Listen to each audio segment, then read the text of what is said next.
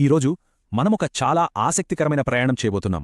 అదేంటంటే, ఒకప్పుడు కేవలం బ్రతకడం కోసమే పోరాడిన మానవులు ఈ రోజున ఇంతగా కనెక్ట్ అయిన ఈ ప్రపంచాన్ని ఎలా నిర్మించుకోగలిగారు? ఈ మార్పు వెనుకున్న కథేంటో ఈ విశ్లేషణలో చూద్దాం. సరే, ఇప్పుడు మనల్ని మనం వేసుకోవాల్సిన మొట్టమొదటి ప్రశ్న ఇదే. అసలు మనం ఇప్పుడు నివసిస్తున్న ఈ ప్రపంచాన్ని ఎలా నిర్మించగలిగాం? ఈ ఒక్క ప్రశ్న చుట్టూనే మన మొత్తం అన్వేషణ సాగుతుంది. ఒకప్పుడు మన పూర్వీకులు పూర్తిగా ప్రకృతిమీదే ఆధారపడి బతికారు. ఎడమవైపు చిత్రంలో చూస్తున్నట్లుగా వాళ్ల జీవితం ప్రకృతిలో ఒక భాగం. కాని కాలం గడిచే కొద్దీ కుడివైపు చిత్రంలో ఉన్నట్టు మనం ప్రకృతిని మన అవసరాలకు తగ్గట్టుగా మార్చుకోవడం మొదలుపెట్టాం. ఈ మార్పే మన కథలో అతిపెద్ద మలుపన్నమాట. సరే, మన ప్రయాణంలో మొదటి భాగం చూద్దాం. మన సమాజానికి పునాదులు ఎలా పడ్డాయి అంటే, మనం ఎక్కడ ఉండాలి అని ఎలా నిర్ణయించుకున్నాం? గుహల నుంచి ఈరోజు మనం చూస్తున్న నగరాల వరకు ఎలా వచ్చాం? ముందుగా నివాస స్థావరం అనే పదం గురించి మాట్లాడుకుందాం. ఇదేదో పెద్ద పదంలా అనిపించినా దాని అర్థం చాలా సింపుల్. ప్రజలు తమ ఇల్లు కట్టుకుని ఒక సమూహంగా జీవించే ఏ ప్రదేశాన్నైనా మనం నివాస స్థావరం అంటాం. అంతే. ఇప్పుడు చూడండి, మానవ చరిత్రలోనే అతిపెద్ద మార్పు ఇక్కడే మొదలైంది. ఒకప్పుడు తిండి కోసం వేటాడుతూ చెట్లమీద గుహల్లో తాత్కాలికంగా జీవించేవాళ్లం. కాని ఎప్పుడైతే వ్యవసాయం నేర్చుకున్నామో అప్పుడు ఒకే చోట స్థిరపడాల్సిన అవసరం వచ్చింది. అందుకే సారవంతమైన నదీలోయల దగ్గర శాశ్వత ఇళ్లు కట్టుకోవడం మొదలుపెట్టాం. మరి ఒకచోట స్థిరపడాలంటే ఎలాంటి ప్రదేశం కావాలి? దానికి కొన్ని ముఖ్యమైన అంశాలున్నాయి. మంచి వాతావరణం ఉండాలి. తాగడానికి, పంటలకి పుష్కలంగా నీళ్లుండాలి. నేల సారవంతంగా ఉండాలి. ఈ కారణాల వల్లే ప్రపంచంలోని గొప్ప గొప్ప నాగరికతలన్నీ నదుల ఒడ్డునే పుట్టాయి. అదంతా గతం. మరి ఈ రోజుల్లో పరిస్థితి ఏంటి? ప్రజలు పల్లెటూళ్ల నుంచి నగరాలకు ఎందుకు పరుగులు పెడుతున్నారు? దానికి సమాధానమే ఈ వాక్యం.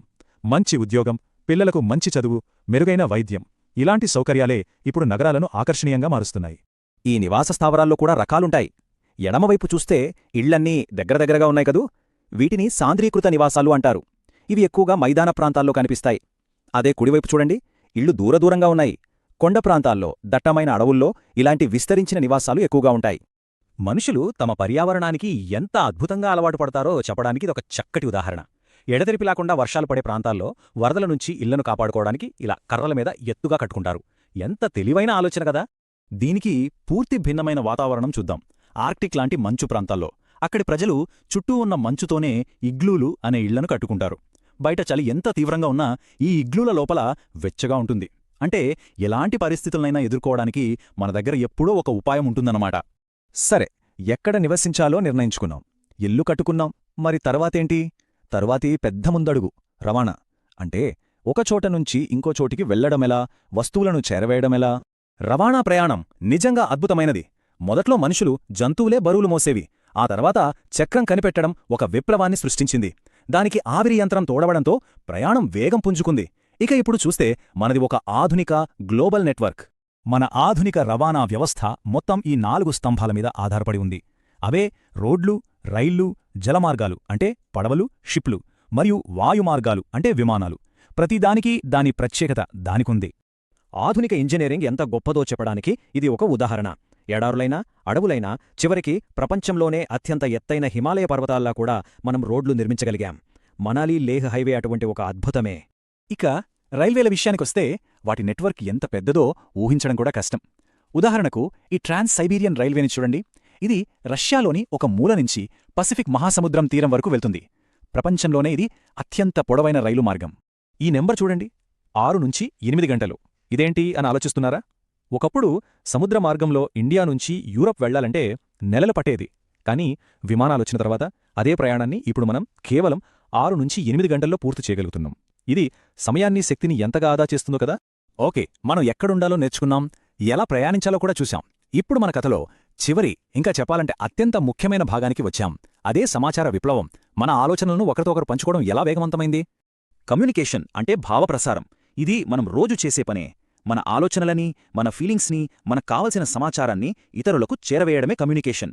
అది మాటల ద్వారా కావచ్చు, రాతల ద్వారా కావచ్చు, లేదా సైగల ద్వారా కూడా కావచ్చు. టెక్నాలజీ పెరిగాక ఒకేసారి లక్షలాది మందికి ఒకే విషయాన్ని చెప్పడం సాధ్యమైంది. ఎలాగంటే వార్తాపత్రికలు, రేడియో, టెలివిజన్ల ద్వారా. వీటినే మనం మాస్ మీడియా లేదా తెలుగులో ప్రసార మాధ్యమాలు అని పిలుస్తాం. ఇవి సమాజంపై చాలా పెద్ద ప్రభావాన్ని చూపిస్తాయి. ఇంతకీ ఈ కమ్యూనికేషన్ విప్లవం ఎలా వచ్చింది? దీని వెనుక 3 ముఖ్యమైన టెక్నాలజీలున్నాయి. మొదట ఉపగ్రహాలు. ఇవి కమ్యూనికేషన్ను వేగవంతం చేశాయి. తరువాత వచ్చింది ఇంటర్నెట్. ఇది ప్రపంచంలోని సమాచారాన్నంతా మన చేతివేళ్ల మీదకు తెచ్చింది. ఇక చివరగా మొబైల్ ఫోన్లు. ఇవి వైర్లెస్ కమ్యూనికేషన్ను ప్రతి ఒక్కరికీ అందుబాటులోకి తెచ్చాయి. ఇప్పటివరకు మనం నివాస స్థావరాలు, రవాణా మరియు కమ్యూనికేషన్ గురించి మాట్లాడుకున్నాం. ఇప్పుడు ఈ మూడింటినీ కలిపి చూస్తే మనకు ఒక పెద్ద చిత్రం కనిపిస్తుంది. తరచుగా వింటుంటాం కదా, ప్రపంచం ఒక చిన్న గ్రామంగా మారిపోయింది అని. దాని అర్థం ఇదే. టెక్నాలజీ వల్ల భౌగోళిక దూరాలు తగ్గిపోయాయి. ప్రపంచం మనకు మరింత అందుబాటులోకొచ్చింది, మనకు మరింత దగ్గరైంది.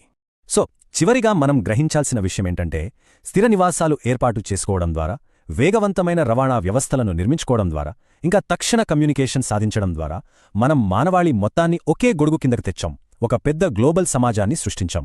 మనం ఒక అద్భుతమైన ప్రయాణం చేశాం. ఒక ప్రపంచ సమాజాన్ని నిర్మించడంలో సక్సెస్ అయ్యాం. కానీ ఇక్కడితో ఆగిపోతే సరిపోదు గదా.